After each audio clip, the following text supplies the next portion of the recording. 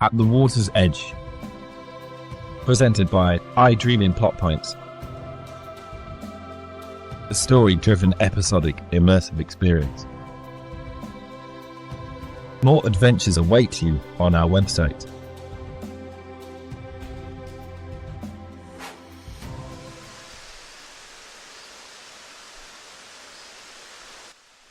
The white noise of the thundering water woke her from an aching slumber.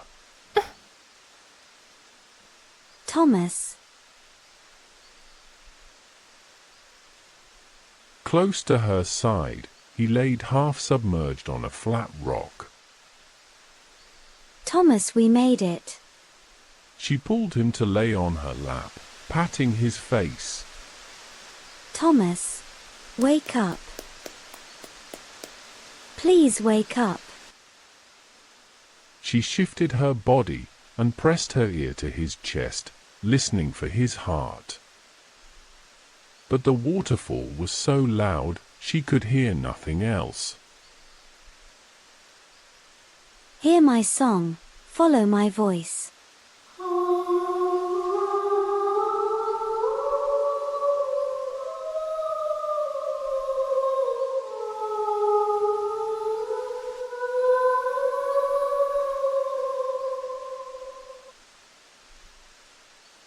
Such a beautiful voice.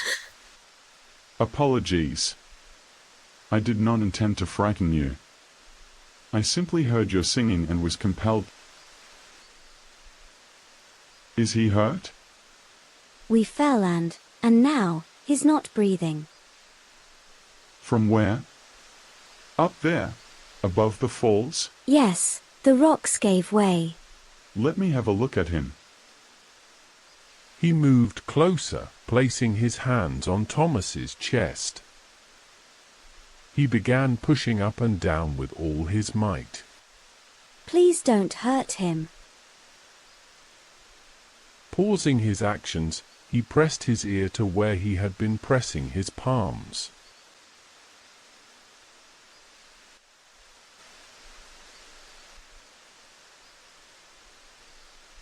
He frowned frustrated and then shook his head.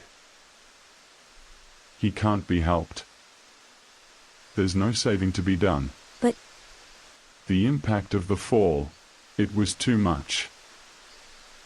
If I could do more in the way of offering aid, I would.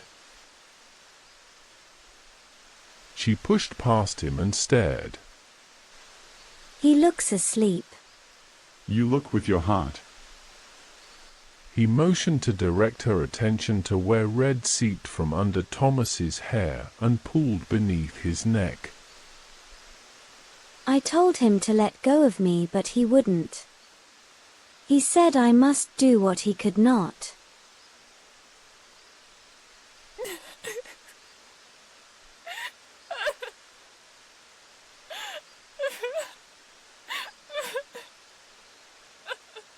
This is a tragedy. I'm responsible for this valley, and so I feel partially to blame. I'm so sorry for your loss. You yourself have wounds that need tending. Your arms are bruised, your lips split. Those are from before. Before? Forgive me, but I thought the two of you were a pair. Together. He said I was his wife. What's a wife? I don't know. We traveled together. We kissed. He locked me in chains. I swam away. He saved me. I saved him. He swore he loved me, and now He locked you in chains? he said it was for my own good, that I was his treasure. He was. Forgiveness, please. It's practically forbidden to speak of ones who have passed on. But purposely harming another and claiming it as an act of devotion does not sound like love at all. Who are you? Custos Creaturarum. But you can call me Keeper. Keeper. Our traditions are such that, once the light has gone from the eyes, we have a fire. It sends out the physical body into embers and smoke that lift us to join the sky. Is that the way of your kind? I have no kind. Not anymore. With your permission, I could speak the words of forever parting. She nodded, and he began to recite.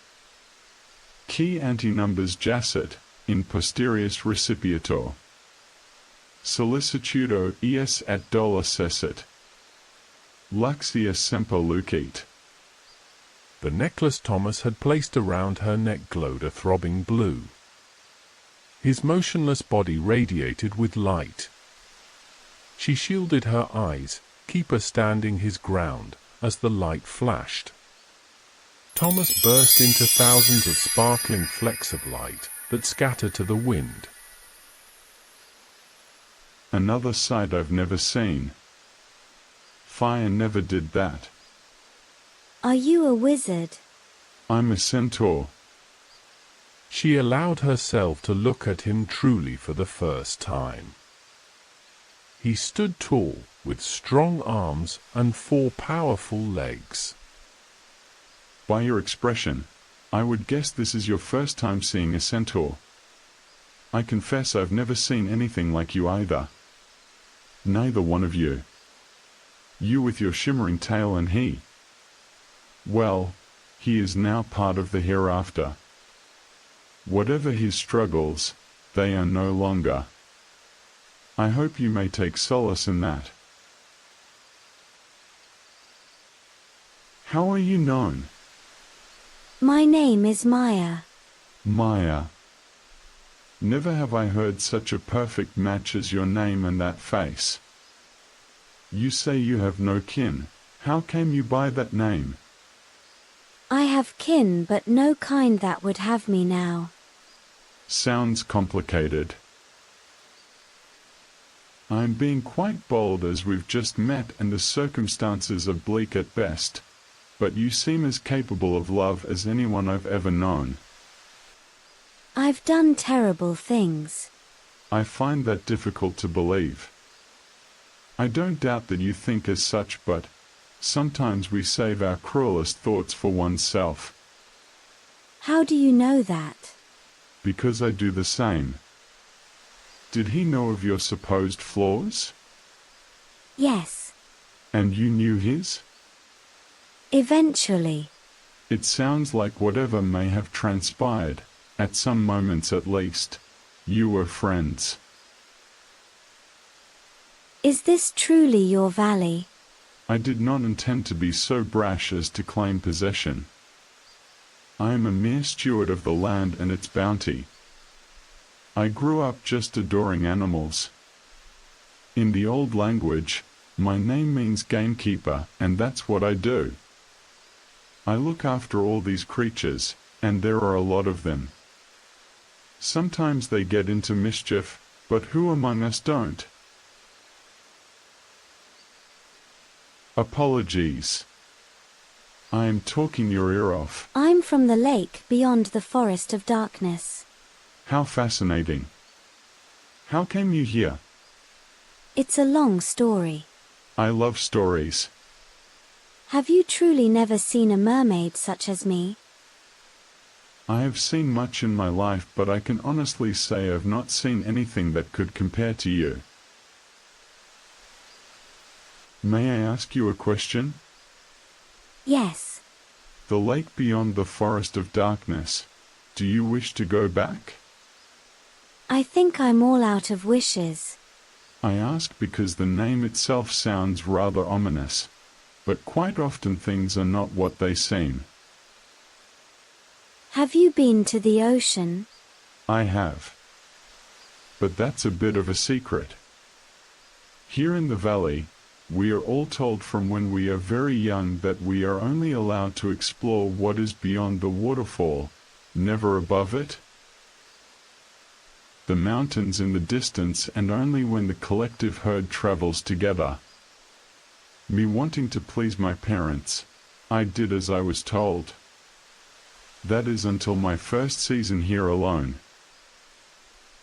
I waited a good week just to make sure there was no chance of a surprise pop-in to check on me, but finally I could wait no longer. I had wondered my entire life what laid up there above the falls. I prepared scads of supplies to take with me, even though I planned to only go as far as I could go by daylight. I couldn't be gone too long. I had my keep to think of. My plan was to leave at sunrise, but, of course, I was too excited to sleep. Just before the sun crested the mountain tops, I began my ascent up the rocky face near the falls. Due to the dim light or lack of sleep, I stumbled, but instead of falling, I was caught. Your parents surprised you? No. Draconis propped me up on his enormous head and I slid down to his back. He had become especially clingy since the others had left, and I should have known he wouldn't let me go without some protest. Before I could thank him, he used his strong talons to climb upward. It was then my turn to cling. We reached the top and I saw the mighty rushes of water and additional waterfalls.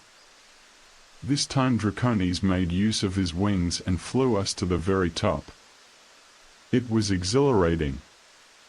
Draconis? Yes, he's a dragon. Dragon? Ominous in appearance, but not what they seem. He moved closer to her rock with most of his body submerged. If you'll allow me? Allow you what? The honor of showing you the valley. Your fins must be aching. Hop aboard, we'll take the scenic route. Do strawberries grow here? They most certainly do. You are welcome to have more than your fill. Come along, don't be shy. She placed her hands on his back where a saddle would be and positioned herself to sit. He took a few steps and the water deepened, her ribcage caressed by the refreshing gentle current. Comfortable? Yes. You're sure I'm not too heavy? It's going to take a lot more berries before that happens. Speaking of which, do you like apples? I don't know. Oh, are you in for a treat? Hold on. She instinctively hugged him around his chest. He gently placed his hand upon hers. Ready for an adventure? Yes, I am. Would you mind singing again? I can't get that enchanting melody out of my head. I'd love to.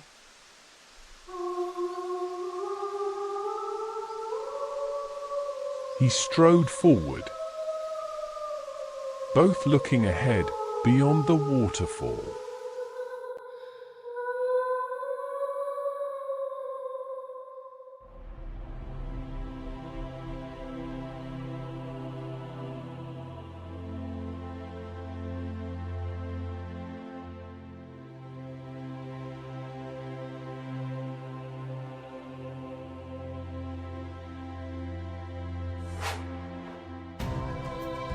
Thank you for listening. This concludes At the Water's Edge.